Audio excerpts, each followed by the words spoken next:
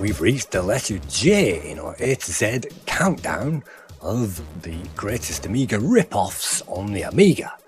Now we get to a game called Jump and Roll, which is a game where you jump around and roll on stuff.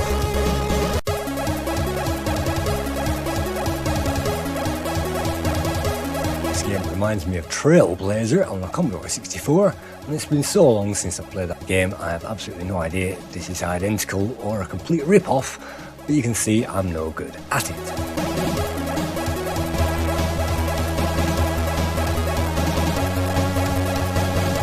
The formula of this game really doesn't change, and it reminds me of so many other games that I'm not quite sure which game it tries to rip off.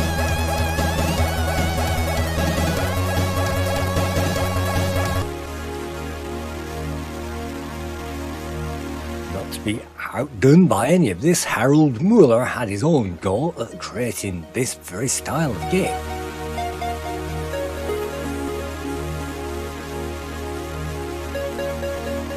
This is Rollerball, and you may notice that the level design is exactly the same as Jump and Roll, only have lives instead of a time limit.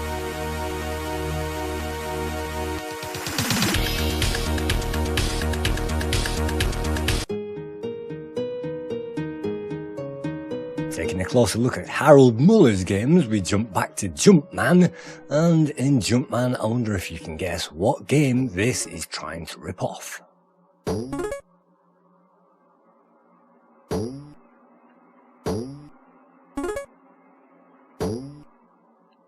In this game we play as a boy and we have to get through checkpoints, and we can pick up things like axes and maybe even a skateboard later on, and this game goes from stage to stage. As you can see, at the end of the stage you simply walk off the level, and on the next one we find an underground section which looks like every Great Gianna Sisters clone in the book. But this is supposed to be a Wonder Boy clone, and if you hadn't guessed already, all of these items are a bit like Wonder Boy, and the tiny frogs you can shoot for some more score.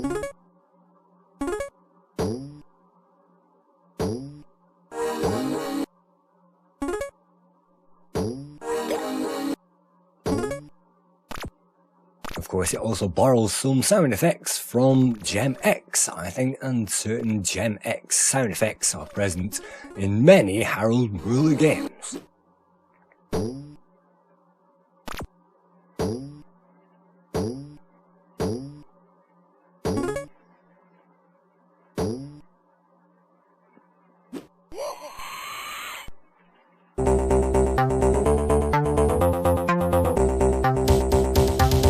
So Wonder Boy wasn't bad enough, then we get to Logik, and I wonder if you can guess which game this one tries to rip off.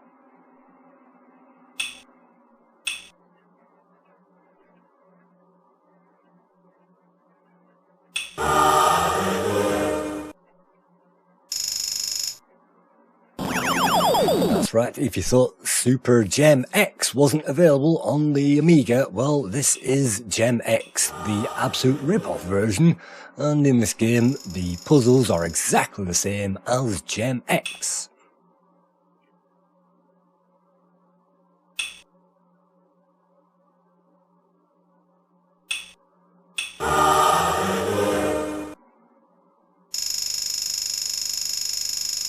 That makes this game an absolute rip-off, not even a slight one, but an absolute level-for-level, pixel-for-pixel rip-off. And we get to another game now, and this is Love Dungeon, and in this game we find a number of levels. This is another public domain game, but it pays homage to a certain game that I used to play quite a lot on the Commodore 64 called Bruce Lee.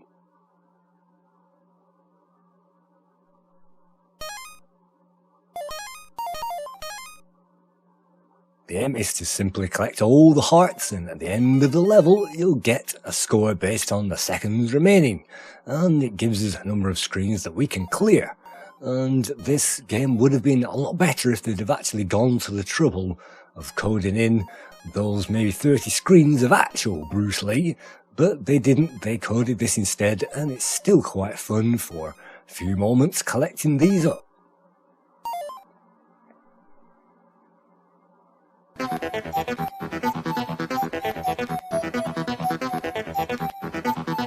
Next we find Mikey, or perhaps Miki, because Mikey is a Commodore 64 game, but in this one you can see it has borrowed a number of sprites from a number of other games, and you might notice the lead character as well has been borrowed from another game. Can you guess what game that is? And the aim of the game is to select a number of items on the bottom of the screen for some bonuses and to collect some coins, which will hopefully unlock that exit.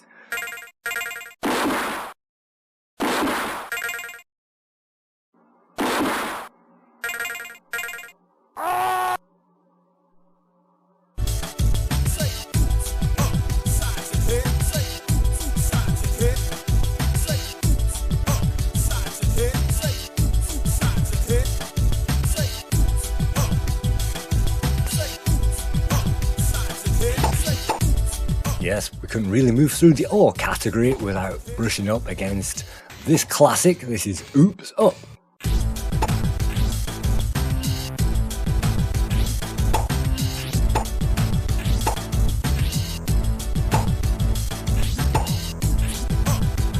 This game manages to rip off, of course, Pang, and also borrows the music from a classic 90s dance track.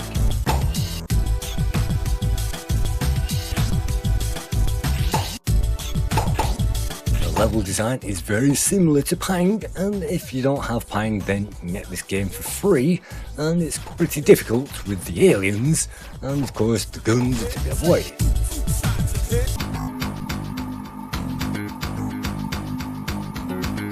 In Poltergeist we also have some speech sound effects. Zaraz cię wykończę. Jesteś trupem! Już po tobie! Abracadabra.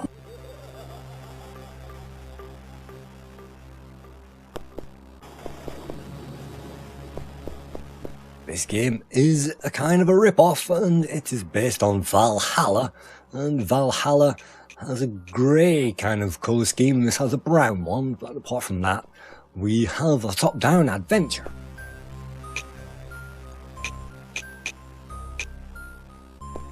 Unfortunately, it's all in Polish, so I can't read a word of it, but it's the basic top-down adventure where you can activate things and access hidden areas.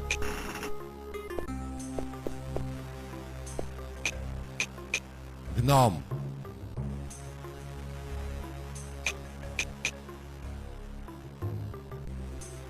If you love Valhalla and if you can speak Polish, or you're somewhere in the region who can translate this stuff, then you can check out this game.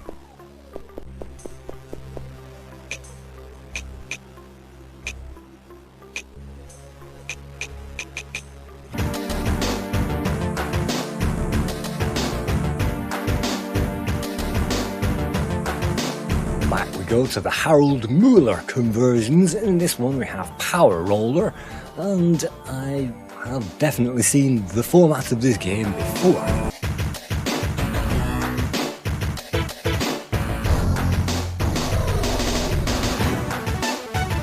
This game, what we have to do is to move a number of spherical objects around the area and to get those home. And this reminds me of many games, but in particular Boston Bomb Club and other games in that genre. And the format isn't too difficult, and I'm sure it even rips off a more popular and more well-known game than that. I can't remember the name of it, but you can definitely see it's a copy of a format, and Harold has copied that 100%.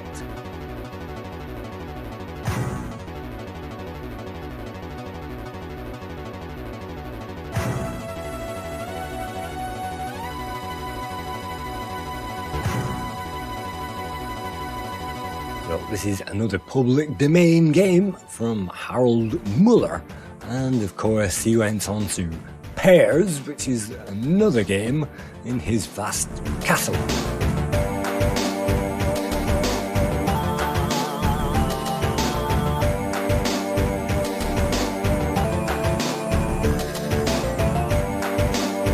Game looks awfully familiar, and I wonder if you can guess which one it resembles, because of course the puzzles are exactly the same in this game as in the original, and if you had the original back in the day, you would know this game absolutely. and so you can see that the tiles have changed from the original, but the way that you play the game is identical.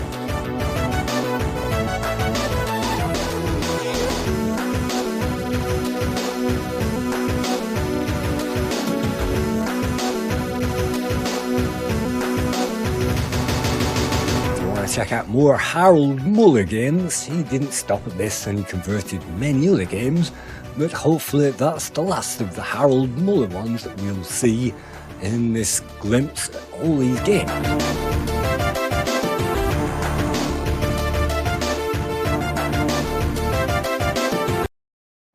Next we have the Raid series by Andrew Faraday, and as you can see, the Raid series did borrow quite heavily from the game Swiv.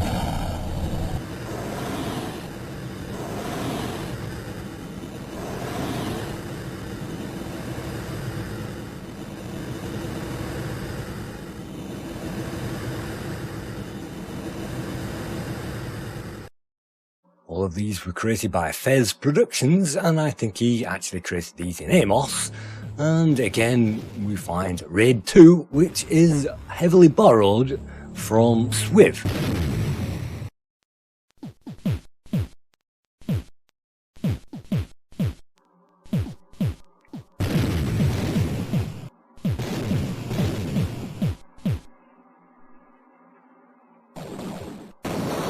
Then we get to Raid 3, which isn't quite Silkworm or Swiv, but what we get is some more tank blasting action.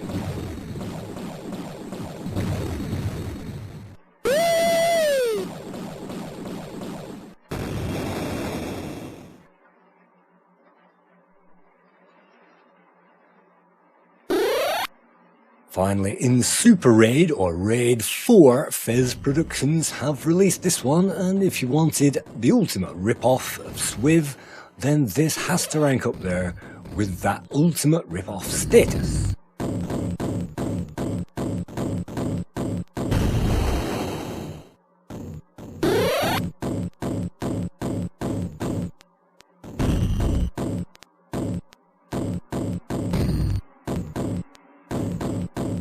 The only thing which is different are the end of level bosses, which are lethal in this game, and it is much harder than Swiv on the Amiga.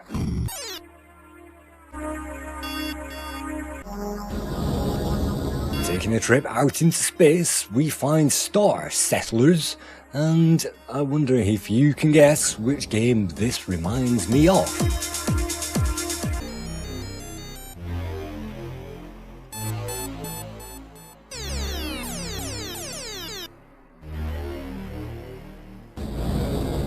As you can see, we have a pointy finger, and that reminds me of Captain Blood, of course, and this is mixed in with Supremacy, and this is all in German as far as I know, so I can't read a word of it. But if you like Supremacy and Captain Blood, maybe this game will be right up your street, especially, of course, if you can speak German. Bye.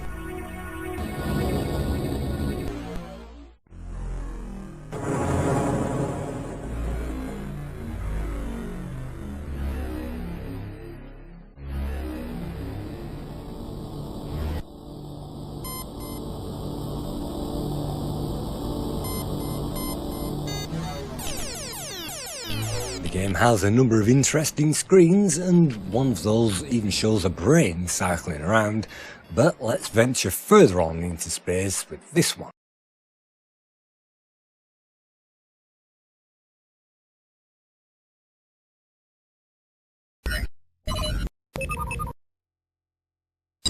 In Star Trek Call to Arms, we take care of the Enterprise of the next generation, and what we can do is to fly around and check out stuff, and we can shoot things down, and we can even enter different locations and trade and things like that. It's not quite Elite Dangerous. You can see quite a lot of enemies dotted around on the map, but let's make our way down to Starbase 2, and at least in Starbase 2 we can begin trading. and we can see all of the engineering, the deck, the helm, and of course let's initiate the docking sequence. First let's hail them, and having hailed them, hopefully we can land.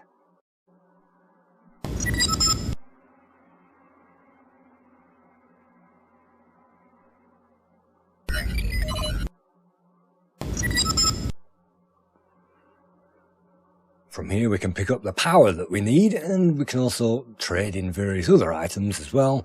And you can see away team, probably we can land on planets, and we can also ram and analyse things in space. And that is a 100% unauthorised Star Trek ripoff.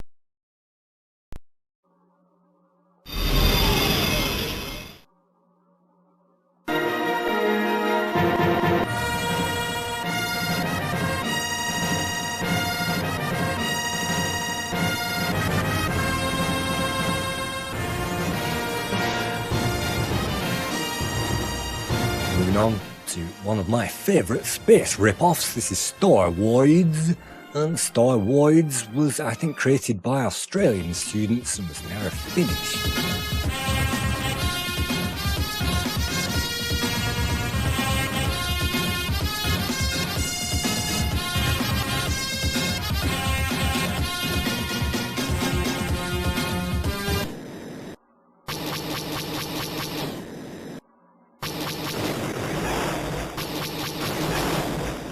This is a thrust game, and in this thrust adventure we have to shoot open some prisoners and we then have to collect them in our ship.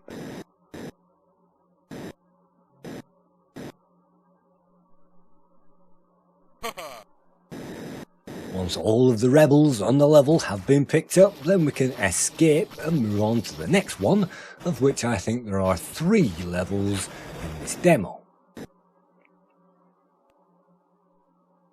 The Force is with him.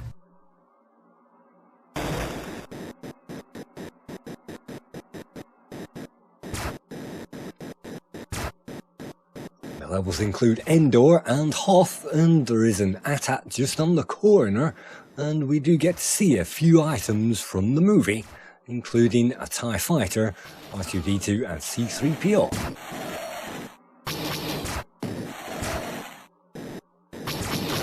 Perhaps my favourite Star Wars ripoff on the Amiga.